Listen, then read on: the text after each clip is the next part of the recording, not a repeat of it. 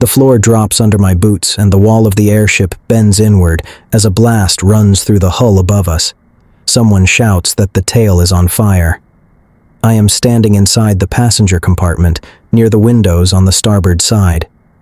A sharp crack moves across the ceiling panels, followed by a second thud that pushes dust and fragments down into the corridor. The electric lights flicker once. The deck tilts toward the nose. The engines are still running. A steward grabs the rail beside me and tells us to stay calm. His voice shakes. Another crewman runs past toward the stairwell that leads down to B deck. The smell reaches us next. It is hot metal and burning fabric. We had already begun the landing approach. Through the window minutes earlier, I could see the mooring mast at Lakehurst Naval Air Station. Ground crew were waiting below in formation. It looked routine. We had crossed the Atlantic in just over 2 days from Frankfurt. The mood on board had been steady, almost bored. Some passengers were writing postcards. Now the rear of the ship is dropping. A violent shudder passes from aft to forward. The corridor lurches again, and the angle increases. Someone falls against me. A woman loses her footing and slides toward the wall. I grab the edge of a door frame to keep from going down with her. There is a second explosion, louder than the first. The windows flash orange. The hydrogen cells are above us, separated by fabric and framework. When the fire catches properly, it does not creep. It runs. A steward yells that we must move forward immediately. The bow is still higher than the tail. That gives us seconds. We push toward the main stairwell. The deck is no longer level. Walking feels like climbing a hill that is shifting under our weight. The sound changes from cracking to roaring. I reach the stairwell as a blast of heat pushes through the corridor behind us. A man ahead of me trips and is dragged up by 2 others. The air feels thin. Smoke is forcing its way down from above. When we reach the lounge area, the windows are already glowing from outside. The rear half of the ship is burning. I can see flames moving along the skin of the airship, traveling forward along the frame. We were told during the voyage that the Hindenburg was safe. The design was modern. The ship was massive, more than 800 feet long. The crew were experienced. Weather had delayed our landing earlier that evening, but the storm had passed. We were on final approach. The landing lines were about to be dropped. Another blast tears through the structure above us. The bow dips suddenly, then rises again as weight shifts. Someone screams that we are falling. The airship's descent becomes rapid and uneven. We are no longer gliding. We are dropping at an angle, tail first. The front of the airship is still holding together, but the rear is folding inward as the frame begins to fail.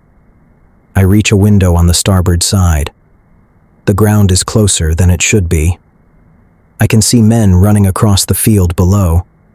A crewman forces open a window panel and shouts for us to wait until we are lower. The heat behind us intensifies. The corridor we came from is now a tunnel of fire. The flames are moving forward faster than we can. The angle increases again. The bow lifts higher, then begins to drop. We hit the ground hard at the tail. The impact throws several of us forward. The metal framework begins to bend and collapse. The nose remains elevated for a moment, supported by the remaining gas cells. "Jump," someone shouts. The drop looks survivable. I swing one leg through the open window and hang from the frame. The ground is perhaps 15 feet below. The heat is unbearable now. I let go. I hit the sand and roll. Behind me, the bow of the Hindenburg begins to descend. When I stand, the entire airship is burning from stern to nose. The outer skin has split open along the top, and flames are pouring through the framework like a blowtorch. The remaining hydrogen ignites in bursts, each one forcing the structure downward. The nose drops slowly at first, then collapses as the internal supports fail. Crew members and passengers are jumping from windows along the length of the hull. Some fall clear. Others are caught as sections of the frame crash to the ground. The thick ropes dropped moments earlier lie across the field. I step back as another section collapses. The fire is not uniform. It surges along the upper spine of the ship, then drops through the interior compartments. The control car at the front detaches and slams into the ground, its windows shattering outward. Men from the ground crew run toward the wreck despite the heat. They pull survivors away from the frame. One sailor drags a passenger whose coat is on fire and beats the flames out with his hands. The entire structure is down within half a minute. The Hindenburg had carried 97 people that evening, 36 passengers and 61 crew. Many of us are on the ground now, scattered across the field, some injured, some stunned. The fire continues to consume what remains of the fabric covering. The aluminum frame twists and drops inward as the heat weakens it. I look back and try to understand how quickly it happened. We had been circling Lakehurst for hours because of thunderstorms. Captain Max Pruss waited for conditions to improve. When the storm cleared, we made our final approach around 7 in the evening. The landing procedure required the crew to release mooring lines so the ground team could secure the ship to the mast. As we approached, witnesses on the ground saw a flutter along the top of the hull near the tail. Some reported a small flame before the major explosion. Inside, we felt the first blast before we understood what it was. The theory among the crew later was that a static discharge may have ignited leaking hydrogen near the rear gas cells. The outer skin was coated with a material that could burn once exposed to flame. When the fire caught the hydrogen, the result was immediate and catastrophic. I see a photographer standing several yards away, still holding his camera. He has been taking pictures since the first flash. A radio reporter nearby is shouting into a microphone, his voice breaking as he describes the scene. The words are frantic, almost incomprehensible. The field is filled with debris. Sections of frame lie twisted across the sand. The passenger decks have collapsed into a pile beneath what remains of the hull. A crewman sits on the ground a few feet from me. His uniform is torn and blackened. He stares at the wreck without speaking. Another man calls out for his wife.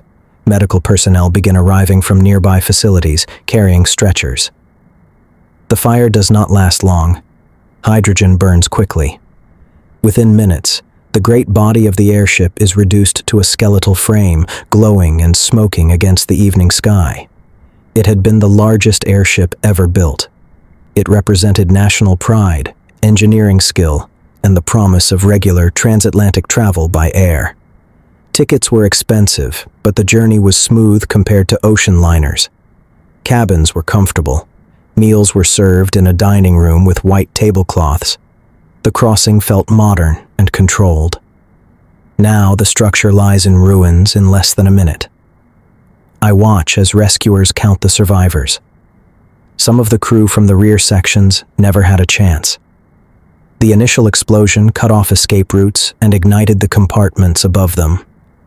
Those near the front had seconds to move before the nose dropped. The wind pushes smoke across the field. Night is beginning to fall.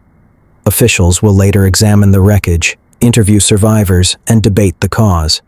They will discuss hydrogen versus helium, static electricity, structural failure, and flammable coatings.